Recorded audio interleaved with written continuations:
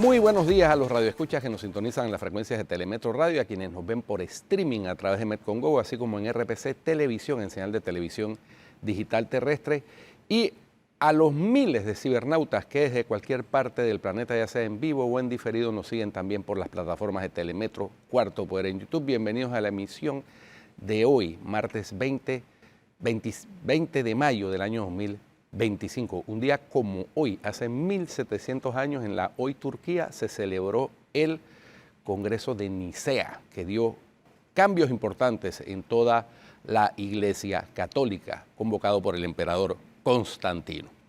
En materia internacional, un ex jefe militar confirmó ante la Corte Suprema de Brasil que el expresidente Jair Bolsonaro planteó la posibilidad de impedir la investidura del actual mandatario Luis Ignacio Lula da Silva tras las elecciones de octubre de 2022. El sondeo hecho por el entonces mandatario fue confirmado por el excomandante del ejército, el general Marco Antonio Freire Gómez, uno de los primeros testigos del proceso por golpismo contra el exmandatario escuchados por la primera sala del Supremo. Según Freire Gómez, la probable intervención, que incluía hasta una declaración de estado de sitio, fue planteada por Bolsonaro a los jefes militares en diciembre de 2022.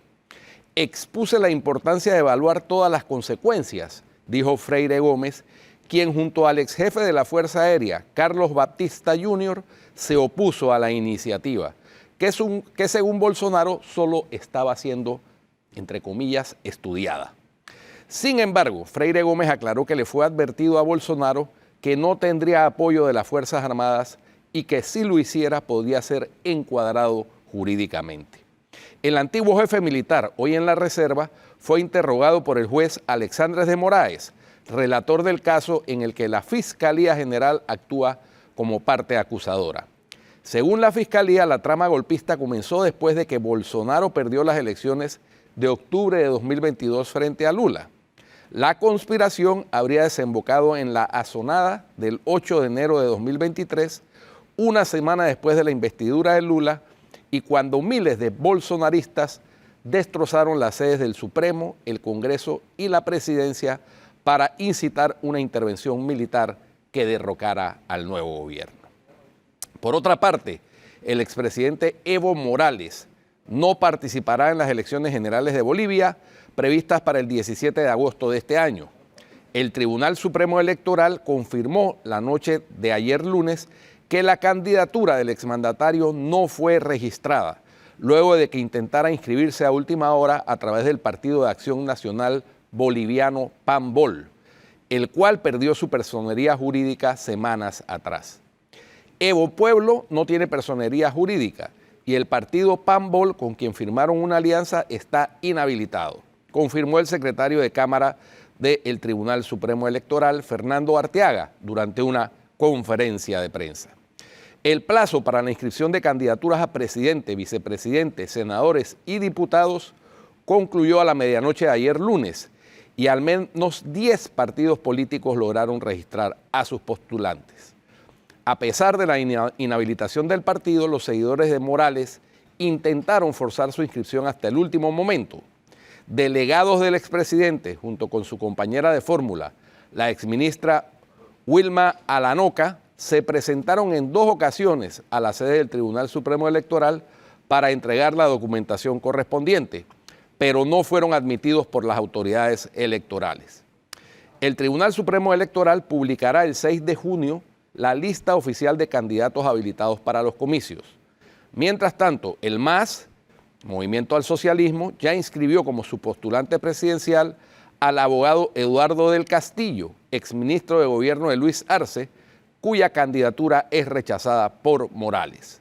Morales, que gobernó Bolivia en 3 periodos, sostiene que está habilitado para los comicios, pese a que el Tribunal Constitucional reiteró la semana pasada que la reelección presidencial es por una sola vez, de forma continua y sin posibilidad de un tercer mandato. Por último, la alta representante de la Unión Europea para Asuntos Exteriores, Kaja Kallas, solicitó este martes a Estados Unidos una acción fuerte si Rusia continúa rechazando el cese del fuego incondicional propuesto para Ucrania.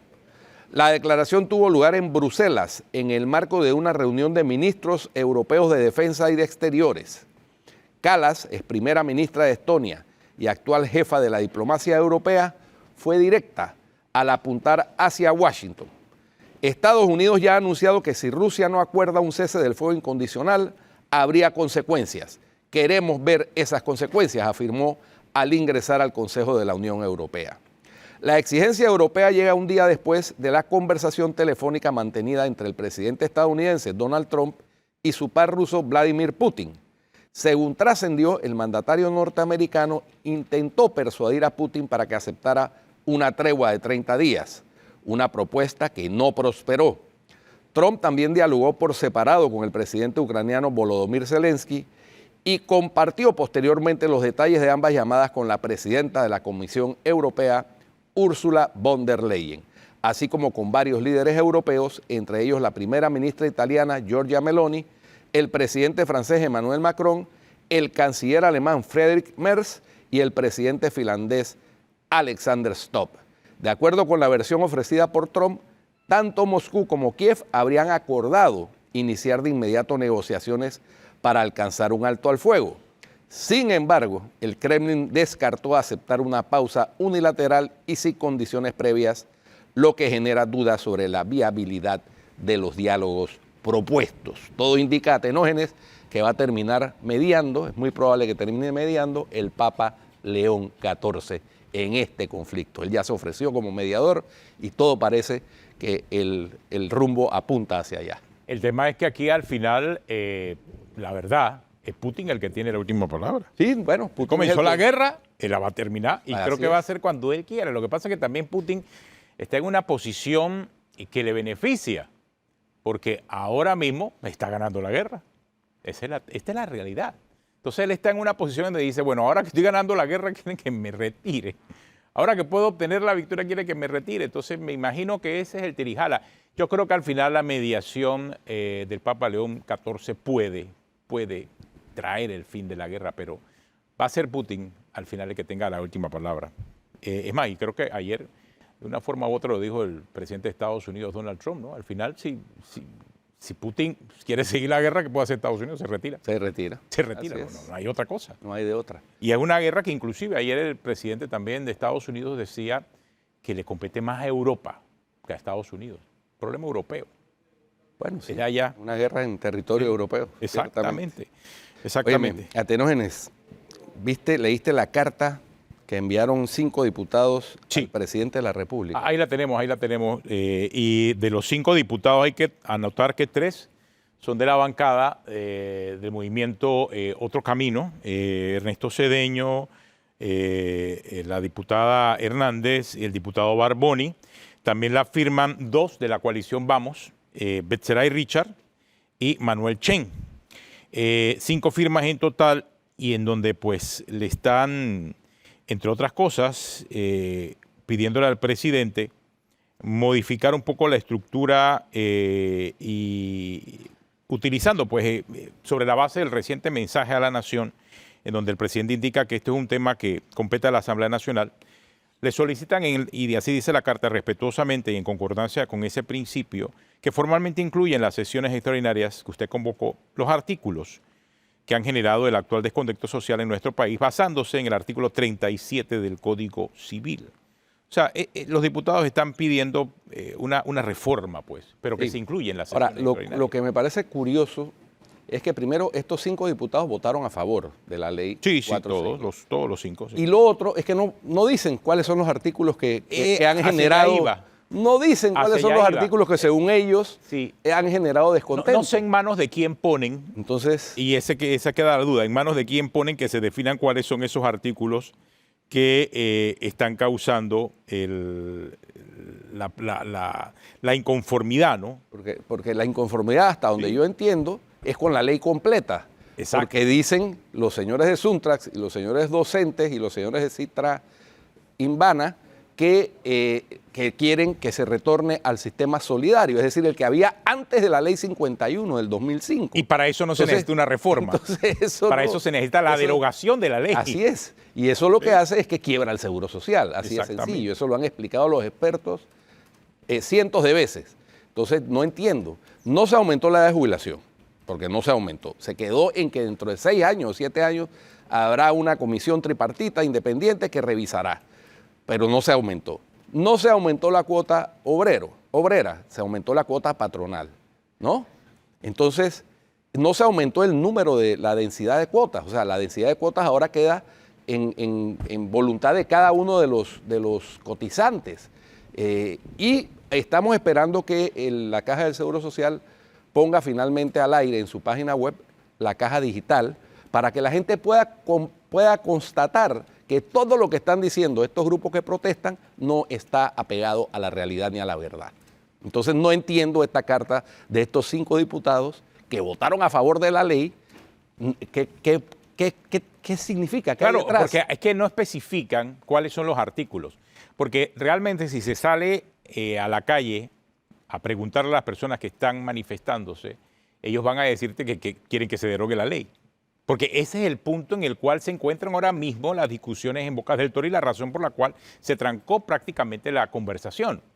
Que por cierto, lo que está pasando en Bocas del Toro ya el juzgado de trabajo ya lo declaró ilegal. Claro, es que no había otra manera. 24 horas para que regresen los trabajadores. No había otra manera porque esa huelga no tiene ninguna de las condiciones que establece el Código de Trabajo para declarar una huelga, igual que la de Suntrax tampoco lo tiene, igual que la de los docentes de los colegios del sector oficial tampoco la tienen, porque no hay, ninguna de esas es por reivindicaciones laborales, ninguna de esas huelgas es por reivindicaciones laborales, ni han cumplido con las etapas para declarar una huelga. No, y entendamos entonces, el juzgado no podía hacer otra cosa que eso. Y entendamos también las razones que esgrimen los que están en las calles manifestándose, no solamente la ley 462. También está el tema del memorándum de entendimiento.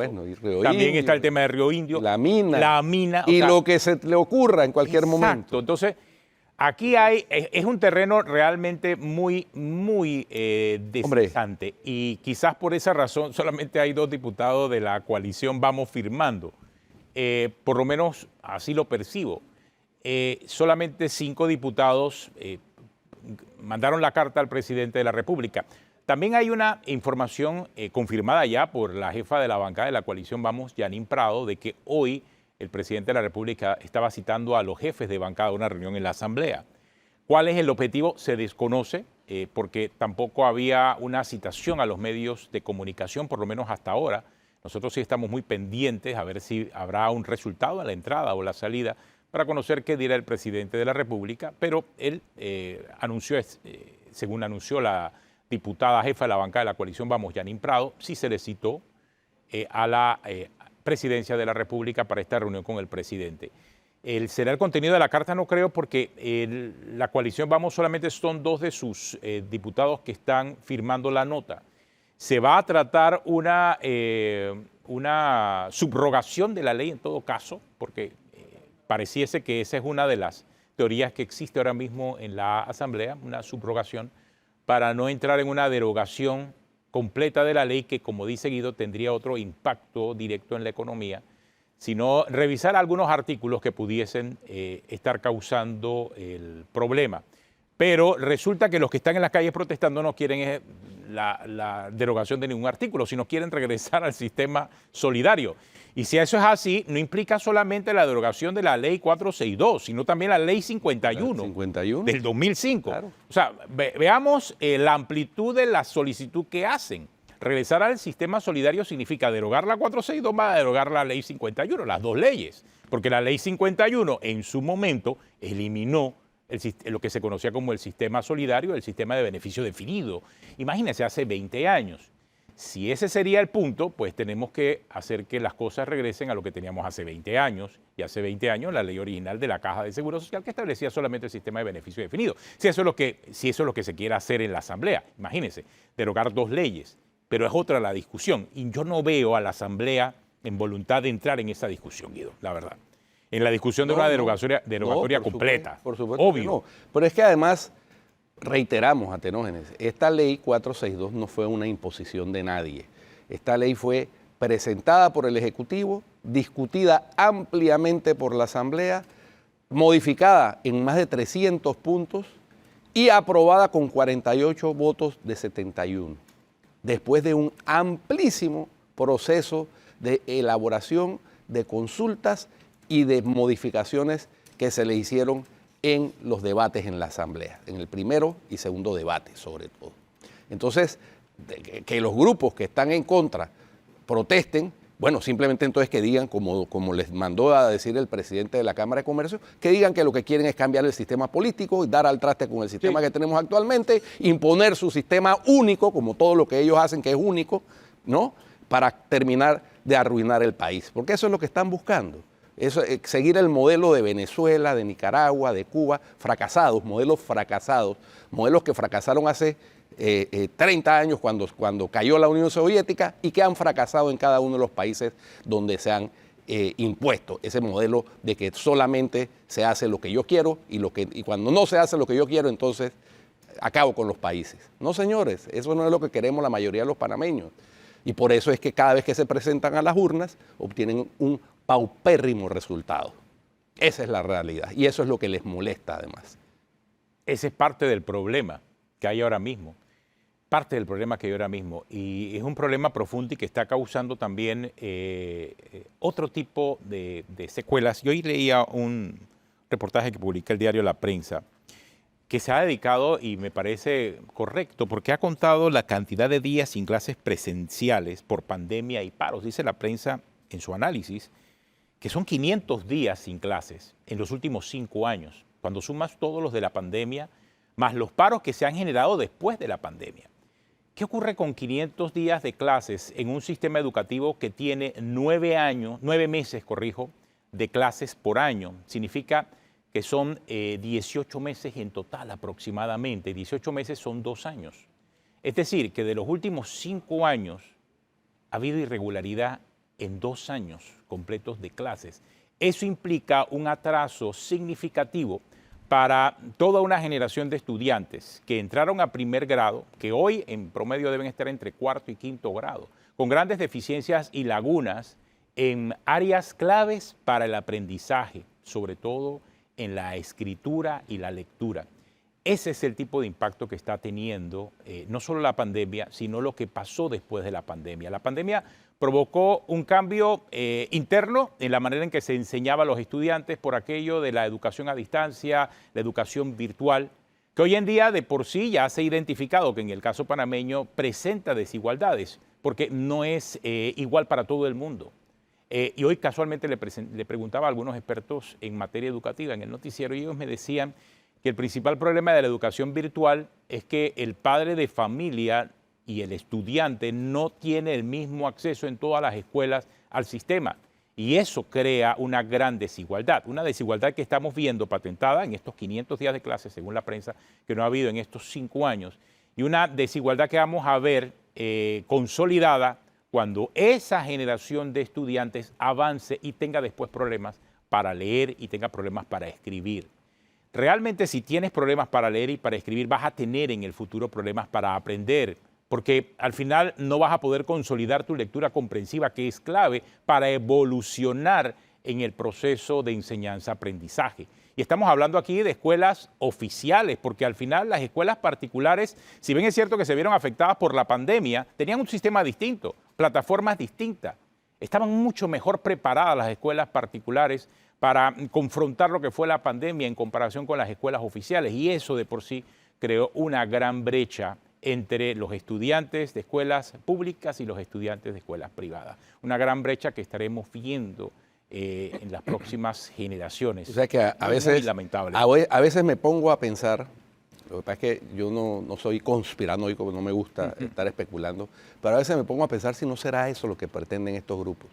Mantener a la gente del pueblo, a la gente que es la usuaria, esos estudiantes usuarios de los servicios públicos de educación en esa condición de desigualdad y de no poder aplicar lógica crítica para entender cómo se desarrollan las cosas en un país democrático. Porque de esa manera podrían, en caso de que lleguen a acceder algún momento al poder, Dios no lo quiera, mantenerse en el poder a base de un pueblo ignorante. Fíjate que no estoy tampoco tan perdido en eso, ¿no? Porque es que de eso se acusa siempre a los grupos gobernantes, que quieren mantener al pueblo ignorante para aprovecharse. Bueno, 500 días se han perdido en los últimos 5 años de clase. No es poca cosa. Ahora, ¿no? y nada más para aclarar algo, Guido, y yo creo que también a ti te debe pasar.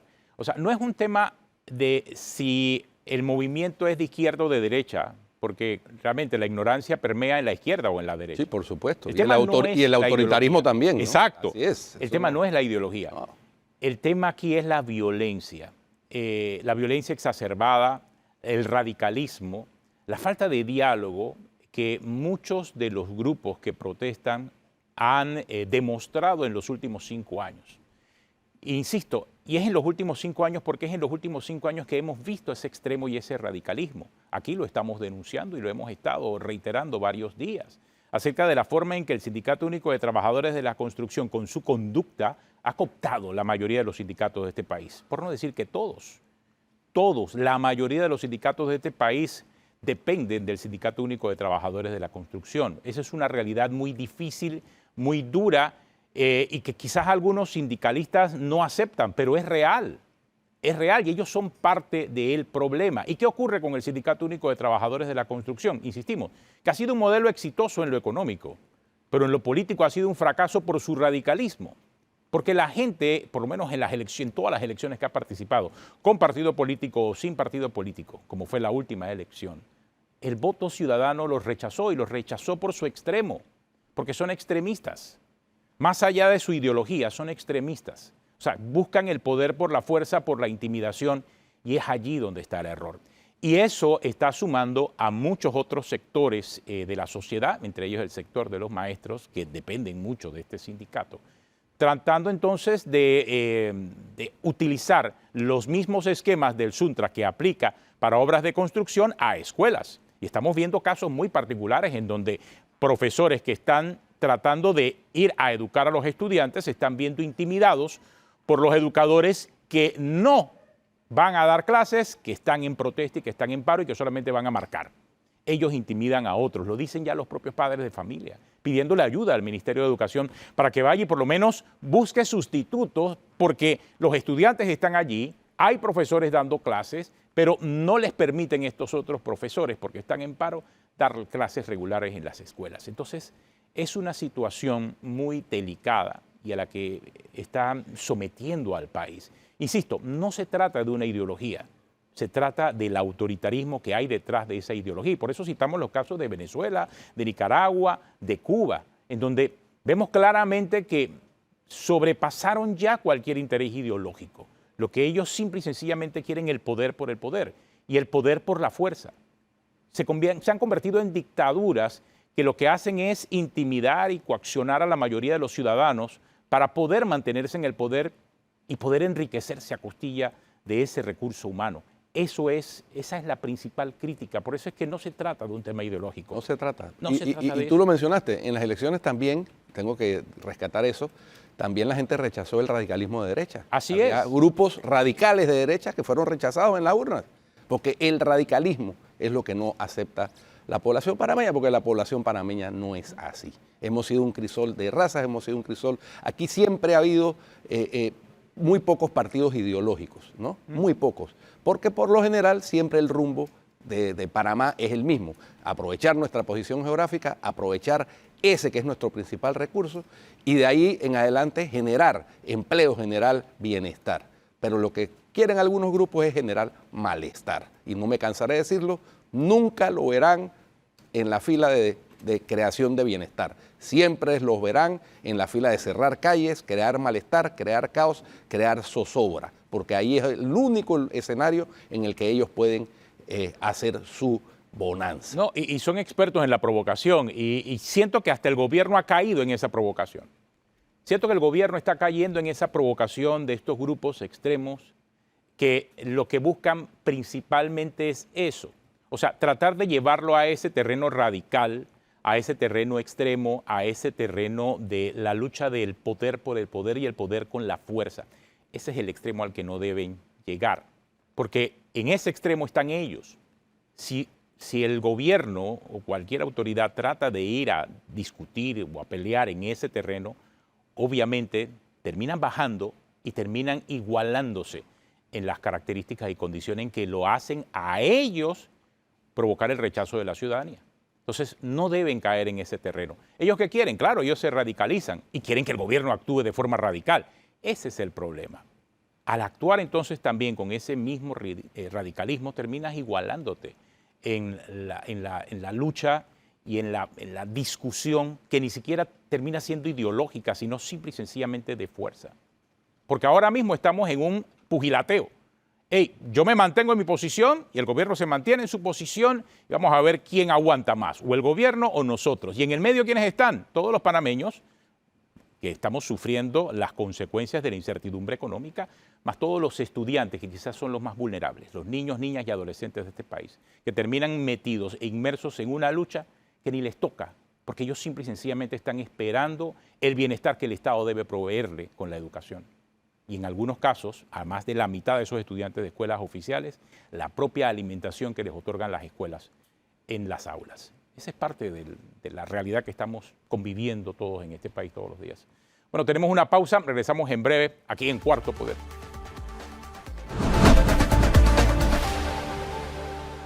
Estamos de regreso en Cuarto Poder. Nos acompaña en esta ocasión el comisionado Irving Muñoz. Correcto. Comisionado es el representante del Colegio Nacional de Profesionales de Policía. De Profesionales de Policía, el presidente. Presidente Correcto. Muy bien. Porque aquí también hay un tema con relación a la policía en este momento, que es la que está quizás en primera línea viendo todo este tema de las protestas y los disturbios. Y hay mucha información en redes acerca de si los policías están inconformes o no con lo que está pasando, Guido. Por esa razón es que lo invitamos, porque todos los días recibimos información y circula la información acerca de si hay presiones o no hay presiones en la policía. Y creo que él tiene una comunicación mucho más directa con la policía desde la posición del Colegio Nacional de Profesionales de Policía y que nos puede dar una visión acerca de lo que puede estar pensando el policía en este momento, ¿no? Buenos días, don Irving. Gracias, don Guido Atenógenes. Bueno, nosotros en el Colegio Nacional de Profesionales de los Servicios de Policía de Panamá, mediante nuestro observatorio, vamos analizando todo lo que va ocurriendo a nivel nacional y en este caso, pues, lo que se está dando en alteraciones del orden público, que influye directamente en el quehacer diario, la vida rutinaria del país, pero que involucra entonces a las fuerzas del orden y que el mayor peso lo llevan dentro de los estamentos de seguridad, lo lleva la Policía Nacional. Dada esta circunstancia, esta situación, pues esto demanda una cantidad de compromiso de este personal para poder hacerle frente a los múltiples puntos de alteración de cierre que se generan y lo que conlleva que en un momento dado esto pueda generar un desgaste físico en el personal. Sin embargo, de buena fuente, pues nosotros dentro de este observatorio y lo que vamos dándole seguimiento en experiencias ya propias vividas, porque esto no es que es propio de un gobierno, sino que esto en Panamá es una práctica que se genera todo gobierno que asuma una responsabilidad de dirigir las riendas del país se va a enfrentar a este tipo de situaciones y le va a corresponder a los miembros de los estamentos de seguridad salir a enfrentar las alteraciones del orden público. En ese sentido, pues los líderes hoy día y ya basado en experiencias anteriores, pues tienen que tener un mejor manejo de estos recursos humanos y de acuerdo a contactos, búsqueda de información de las buenas fuentes dentro de los estamentos de seguridad, nos hemos enterado de que si bien es cierto, es propio ese cansancio que se pueda dar, también es cierto de que hay elementos o miembros de los estamentos de seguridad que están recibiendo sus vacaciones, miembros de los estamentos de seguridad que están recibiendo sus días libres. La institución sigue también con sus actividades de labor preventiva en otras áreas que no tienen que ver solamente con el mantenimiento del orden público. Los estamentos de seguridad siguen con sus procesos y actividades de capacitación, formación, especialización en los diferentes campos de las disciplinas que tienen que ver con el desarrollo de la carrera o las ciencias policiales en nuestro país. Siguen las investigaciones judiciales, es decir, de que efectivamente pues esta es una tarea más que se suma, que absorbe, desgasta, agota recursos, sí, porque no solamente es el recurso humano, sino hay recursos materiales, recursos en cuanto a equipamiento. Por ejemplo, hay patrullas que han sido quemados, patrullas que han sido destruidos, la utilización de gases lacrimógenos, el deterioro de uniformes, escudos, todo eso pues implica un desgaste no solamente la parte del recurso humano. En ese sentido, manifestaba en el noticiero esta mañana de que es el deber de cada líder que tiene la responsabilidad de conducir y guiar subordinados en materia de la vida uniformada, tiene que velar por el cumplimiento de la misión, que es la primera tarea, pero ese cumplimiento de la misión no debe ser aislado del bienestar del subordinado dentro de todas las medidas que se puedan dar. Y me voy al caso de que en esto, pues, ese subordinado debe recibir alimentación, debe recibir buenos lugares para descanso, debe recibir las horas de descanso adecuadas para que pues, él pueda rendir. Que en un momento dado se va a alejar de su familia, pues lógicamente en Panamá no todos los integrantes de los estamentos de seguridad son de la ciudad, no todos los integrantes de los estamentos de seguridad son del interior, entonces hay veces corresponde que muchos que son del interior les toca laborar en la ciudad y muchos que son de la ciudad les toca laborar en diferentes puntos del interior. Eso ha sido la vida institucional de todos los que pasamos por estos estamentos y al final uno tiene que sobreponerse. O sea, cuando otros se rinden, nosotros ahí es donde se marca la diferencia del policía, se marca la diferencia de ese uniformado. Cuando otros dicen, ya yo estoy cansado, ellos tienen que dar ese esfuerzo más. ¿Por qué? Porque se termina una misión y comienza la otra. Ese es parte de la idiosincrasia, es la parte del adoctrinamiento, es la parte de la formación.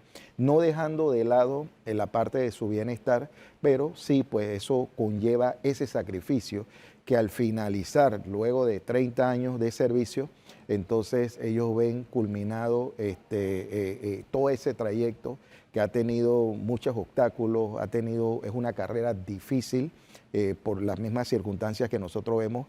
Entonces, al final, pues, bien merecido es esa jubilación especial. Hay una inquietud curiosidad simplemente.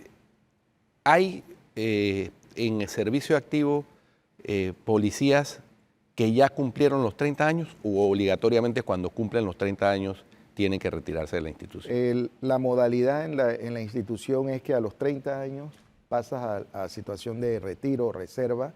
¿Y por qué? Porque se van abriendo nuevos espacios para los que vienen, como uno dice, subiendo, vienen desarrollando su carrera profesional y ellos van ocupando esas plazas. Si no, entonces algunos se quedan y puede provocar también un estancamiento dentro de la organización y entonces pudiera hasta el final generar una implosión. Claro. No, es cierto. Y también las pasiones que mueven este tipo de protestas terminan afectando, obviamente, no solamente al ciudadano común, sino a la propia policía. Que se ve en el medio de enfrentamientos políticos y la policía está llamada a no participar en esas actividades políticas. El policía en cuanto a la vida política lo único que puede hacer es ejercer el voto, no puede manifestar...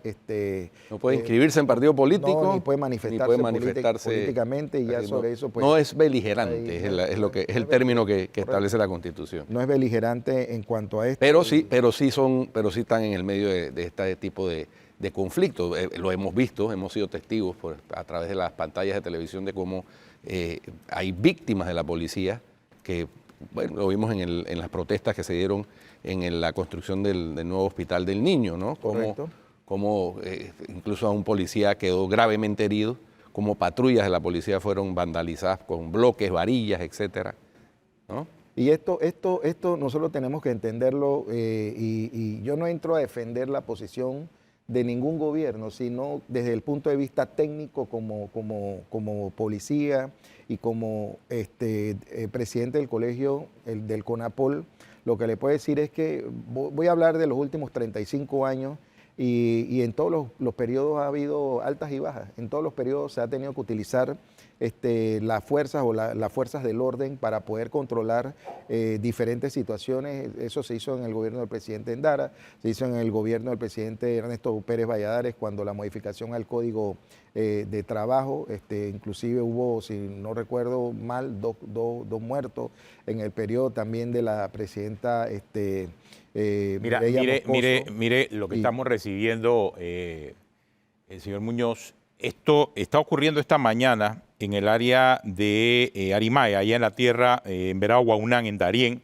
Temprano habían protestas, pero a esta unidad de Senafrón, los residentes allá prácticamente la han secuestrado. Aparte de que ella es miembro de la comunidad. Así es. Ella es miembro de la comunidad y pertenece al estamento de seguridad. Miren la persona encapuchada, o sea, miren las consecuencias también y que también tienen que vivir las fuerzas del orden, o sea, rodeada completamente por ciudadanos en esta comunidad.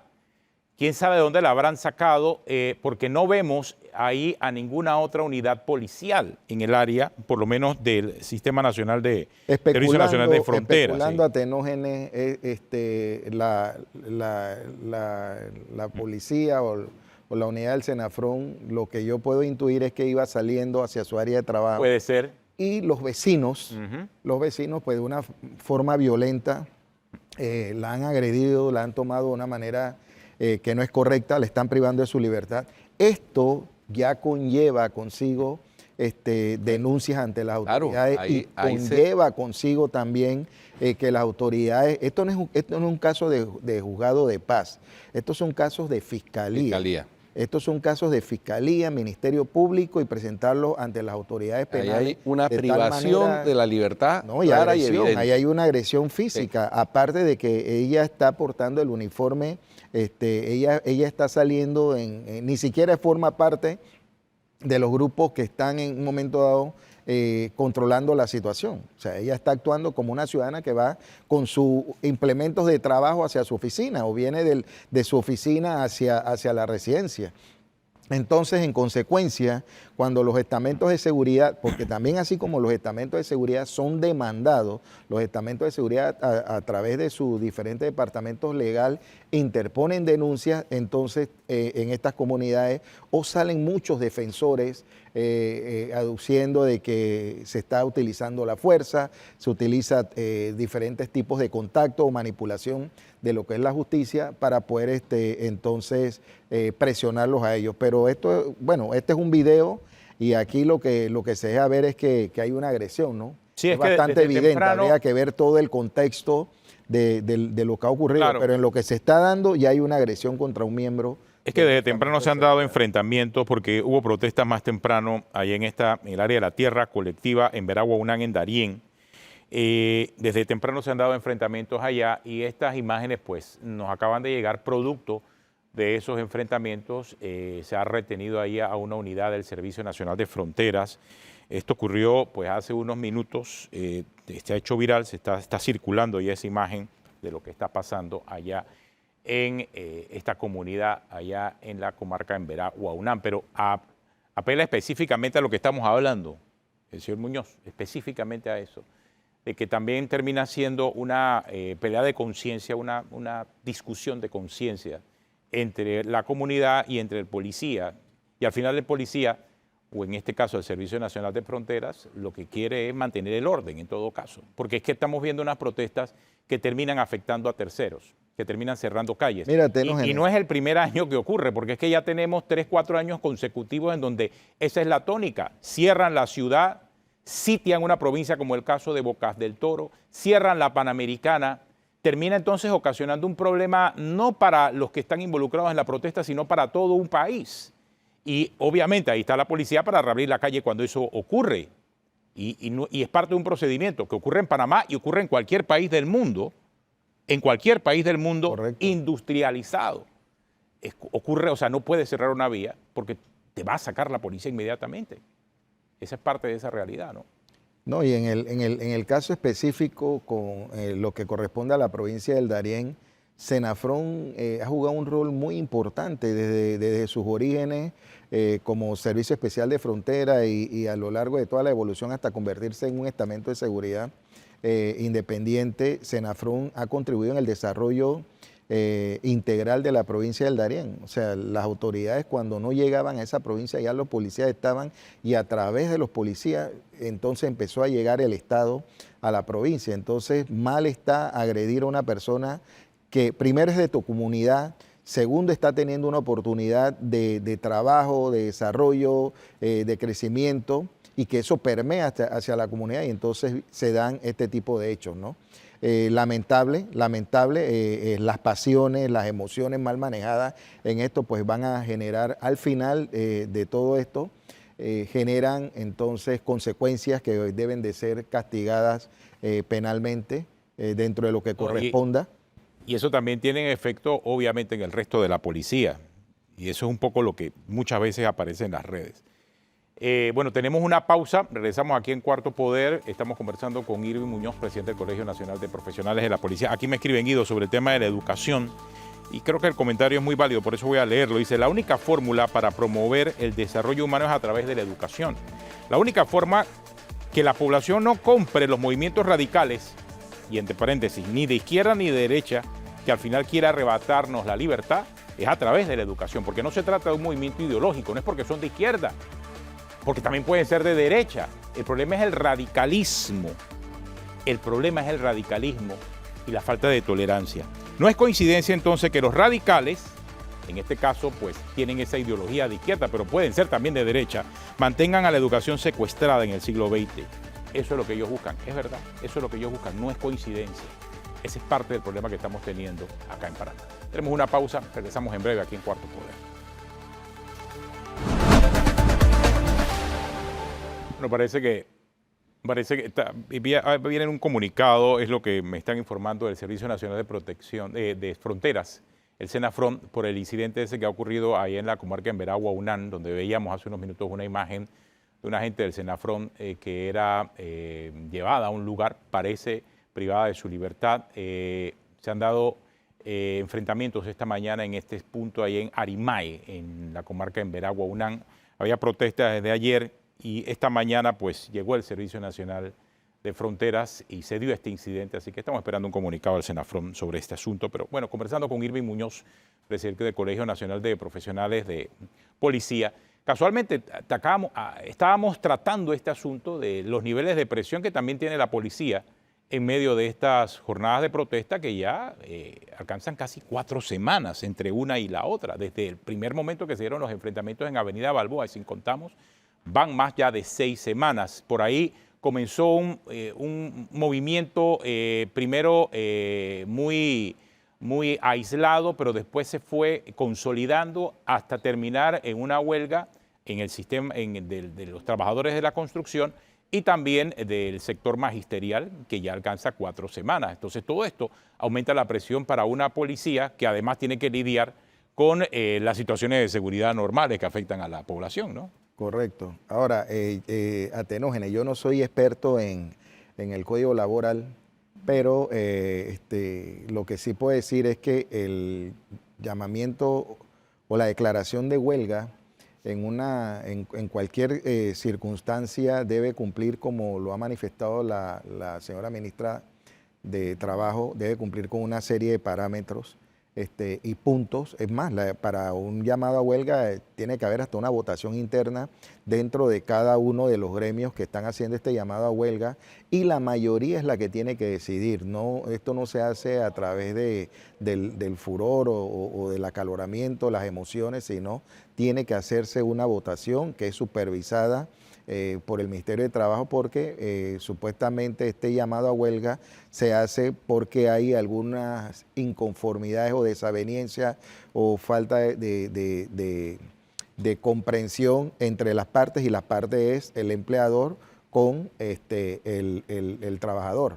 Entonces, nosotros de una manera repetitiva vemos que se hacen comentarios de llamado a huelgas generales, cuando de verdad esto no es lo que de lo que trata de una protesta, porque si tú me dices, estoy haciendo un llamado a huelga y estoy protestando en la calle y estoy violentando el derecho ciudadano, entonces alguien tiene que intervenir. En este caso, pues el Estado y el artículo 183 de la Constitución de la República faculta al presidente de la República de manera unilateral de que él tiene que velar por el orden público, lo dice así. Es que mira, velar por el orden público. Nos están informando del Senafrom, coincide con lo que estábamos aquí hablando, Irving. Dice que la unidad vive en esta comunidad y en Arimae, en la comarca Nove. Ella iba a trasladarse a su trabajo en Metetí y en ese momento es que fue privada de libertad por parte de sus vecinos. Esto por portar el uniforme fronterizo. O sea, mira ese nivel de acoso en circunstancias totalmente distintas. O sea, terminan individualizando un problema, porque el Servicio Nacional de Fronteras, la policía está llamada a poner orden. Si la comunidad no tiene orden, entonces ellos terminan secuestrando y privando de su libertad a la gente fronteriza. Aparte de que la mayor parte, el 99% de los policías vienen de las mismas comunidades, de las comunidades de los barrios, salen los policías. Entonces, al final, a veces tú te encuentras con el que está protestando o se está manifestando, que es tu vecino. Muchas veces uno se encuentra hasta un familiar, se encuentra padres, se han encontrado los hijos que están protestando, pero objetivamente el miembro de la institución, él tiene que hacer su trabajo.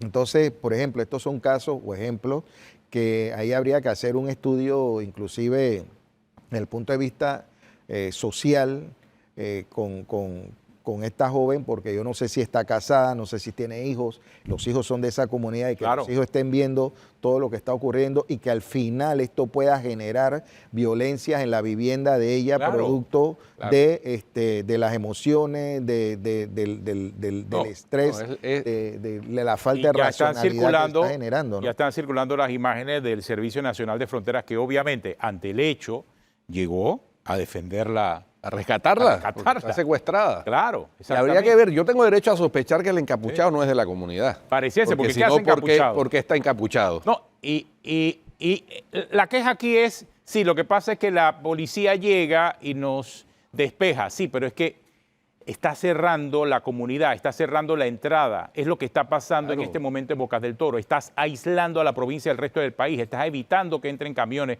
que entren suministros, estás evitando que salgan personas que van a atenderse a su salud. Y cuando tomas esa decisión de perjudicar a terceros, evidentemente ahí está el ente que se llama policía, que es la que tiene que resguardar, librar al ciudadano del caos. Y eso no es que está ocurriendo ahora con este gobierno. Tenemos ya más de 3, 4, 5 años en lo mismo. O sea, con el mismo problema, con la misma gente. Esto trasciende inclusive los gobiernos. Ahora, mira algo, Atenógeno. Este es un comportamiento que nosotros hemos analizado de las situaciones, cómo se dan y la intervención de las fuerzas del orden. Una, cuando los grupos que se manifiestan o que protestan lo hacen en movimiento, es decir, ellos marchan, los policías lo que hacen es que custodian la marcha. Pero cuando ellos obstruyen el tráfico, el libre tránsito e impiden que los vehículos transiten, que las personas se puedan desplazar a los diferentes puntos, o sea, tú estás coartando la libertad de movimiento del resto de la población, entonces la fuerza del orden actúan. Fíjate que son dos comportamientos. En uno, no te estoy diciendo de que no voy a hacer nada, pero te estoy custodiando porque estás en movimiento. O sea, pareciera como que, o sea, están protegiendo. Pero cuando tú bloqueas e impides el libre tránsito, entonces lo que se está garantizando aquí es que el resto de la ciudadanía, el resto de la población pueda movilizarse libremente, porque ese es un derecho, o sea, el derecho de libertad de movimiento que tenemos todos. Y de ese derecho de libertad de movimiento se desprenden otros derechos o que pueden ser afectados. El derecho a la educación, el derecho a la salud, el derecho al trabajo. ¿Por qué? Porque no puedes llegar al trabajo, no puedes obtener salud, no puedes ir a las escuelas porque no te dejan pasar. Entonces se ve afectado solamente con el hecho de un tranque, que a veces lo llaman pacíficamente, pero si es pacífico, ¿por qué no me deja pasar? Claro, exactamente. Y si es pacífico, ¿por qué yo no puedo hacer uso de mi derecho? Entonces, ante eso, pues las fuerzas del orden tienen que actuar. Y en esto, las fuerzas del orden también están autorizadas a hacer uso de ese capítulo 5 de la ley de la policía que habla sobre el uso limitado de la fuerza. Y las herramientas que utilizan no deben de verse simplemente como armas, sino son herramientas de trabajo que se utilizan para poder cumplir con la misión. Y hay una estrategia detrás de esto. Lo hemos visto en los últimos 4 o 5 años de protestas. O sea, a Isla Bocas del Toro y a Isla Darién. En el caso de Bocas del Toro hay una negociación en ciernes. Hay que ver cuál será el resultado. En el caso de Darién se abrió prontamente la vía y se permitió la comunicación. Aquí en el área metropolitana, Sierra Merca, siempre era Sierra Merca, cierra la Universidad de Panamá, que eran los puntos, y eso cierra el área de la cinta costera, porque eso tranca obviamente la circulación en el área metropolitana. Aquí en este caso hemos visto, en esta protesta hemos visto que la policía ha evitado esos cierres, pero la policía también tiene un desgaste, claro está. Y es parte también de una estrategia muy bien planteada. En el caso de Darién, que es donde estábamos viendo las imágenes, ahora mismo con el Senafront, se había logrado liberar la vía panamericana, pero en esta comunidad, en Veragua, Unán, obviamente hay protestas aisladas y que no necesariamente chocan con la panamericana. Claro. Entonces llega Senafront para tratar de poner orden y estamos viendo entonces las consecuencias. Lo que he visto es que, por ejemplo, en el área de Darién, tumban árboles para bloquear la vía. ¿Sí? Ahí están cometiendo un delito ambiental también. ¿No? Y entonces llega la policía o Senafront, despeja la vía y entonces eso le molesta a los que protestan.